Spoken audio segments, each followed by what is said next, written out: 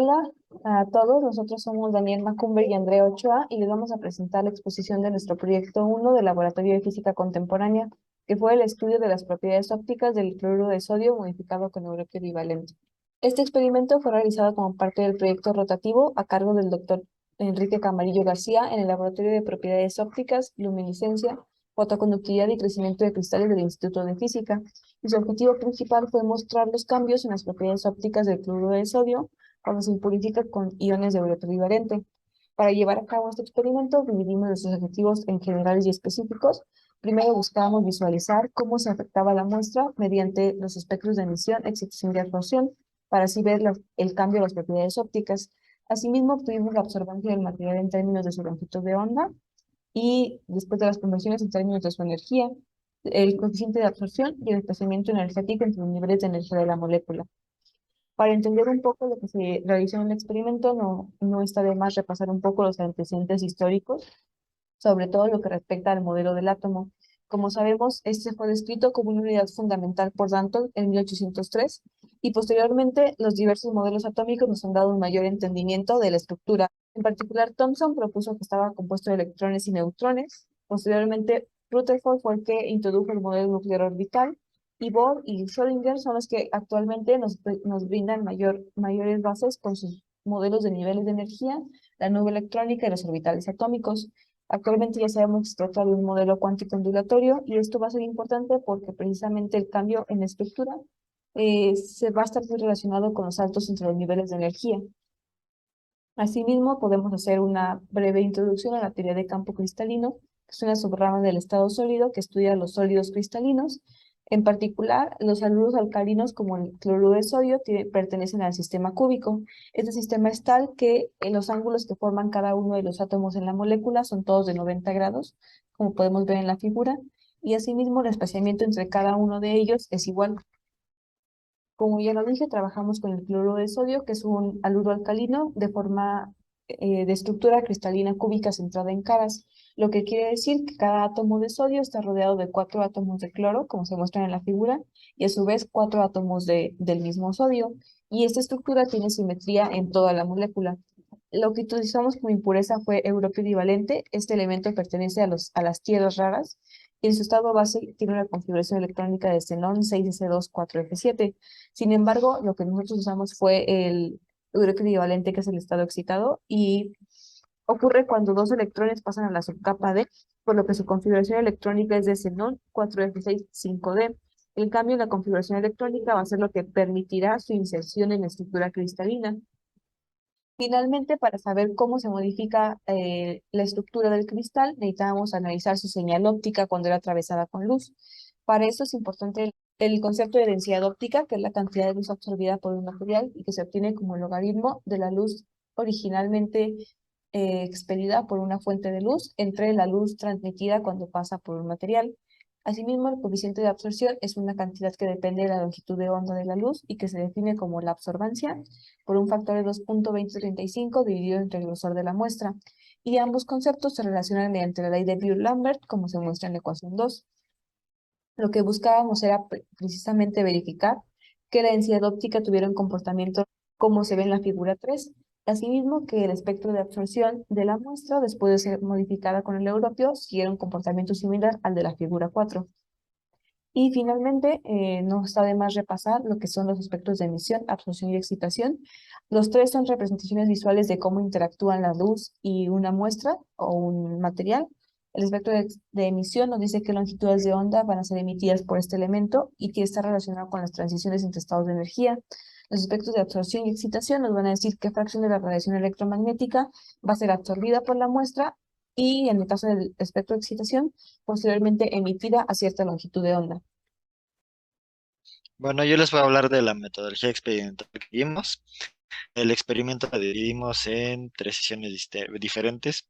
En cada sesión obtuvimos un espectro distinto, el de emisión, el de excitación, lo obtuvimos utilizando el espectrofotómetro de fluorescencia Perkin-Elmer S55 para 18 longitudes de onda diferentes, entre 210 y 390 nanómetros, y a estos espectros de emisión se les hizo un ajuste gaussiano para obtener eh, cualidades importantes de estos. mientras que con los espectros de excitación lo obtuvimos para tres longitudes de onda diferentes. En ambos casos se utilizó un cristal dopado de 1,71 milímetros. En la figura 6 tenemos un diagrama del espectrofotómetro Perkin-Elmer. Este funcionaba con una fuente de luz blanca de xenón, la cual era dirigida a un monocromador. El monocromador para obtener longitud de onda en particular, luego era dirigida, enfocada hacia nuestra muestra, y con esto la muestra empezaba a fluorecer, vaya, y luego la fluorescencia era capturada con un lente de captura hacia un monocromador de emisión, el cual nos ayudaba para ir viendo qué tanto cada longitud de onda iba emitiendo. Esto era en el rango entre 400 y 490 nanómetros. Y luego con el detector se obtenía la intensidad relativa de la luz que era emitida por nuestra muestra. En el caso del espectro de excitación, se deja fijo el monocromador de emisión en tres longitudes de onda diferentes, en vez de entre 400 y 490 nanómetros. Para el espectro de absorción, utilizamos el espectrofotómetro Carry 5000, el cual se muestra en la figura 7. Este también funcionaba con una fuente de luz blanca, la cual luego era dirigida a un monocromador para obtener nuevamente una longitud de onda en particular. Luego el haz era dirigido a un divisor de haz para obtener dos haces de intensidad muy semejante. Ambos eran pasados por dos rejillas. Una rejilla estaba vacía, mientras que en la otra se encontraba nuestra muestra.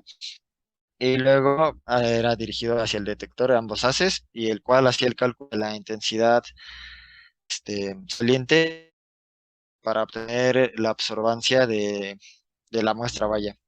Los resultados que obtuvimos, en la figura 8 tenemos los espectros de emisión. Como podemos notar, en algunos casos no tan suave la curva como en otros. En uno de los casos en los que salió una curva un poco más suave con menos picos. Es en el que se muestra en la figura 9 de 310 nanómetros, con una longitud de onda incidente de 310 nanómetros. Y los datos relevantes que se obtuvieron usando el ajuste gaussiano, que se muestra en la curva roja, fueron la XC, que es el máximo donde se daba la emisión, W, que es el ancho de nuestro pulso, y A, el área bajo la curva. La siguiente, por favor. En estas gráficas mostrar ahí que estos datos son relevantes, ya que la longitud de emisión máxima se mantuvo constante a lo largo de las 18 longitudes de onda que fueron incididas, al igual que el ancho de la altura media del pulso. En cambio, el área bajo la curva podemos notar que iba variando. El área bajo la curva justamente variaba igual de forma semejante a los espectros de excitación, esto debido a que el área bajo la curva es proporcional al máximo de intensidad del espectro, vaya. Y los espectros de excitación los obtuvimos para 422, 432 y 442 nanómetros. Aquí tenemos el espectro de absorción. De este se hizo un ajuste de multipicos utilizando Origin Pro. Esto debido a que la distribución de la izquierda es la superposición de tres pulsos diferentes.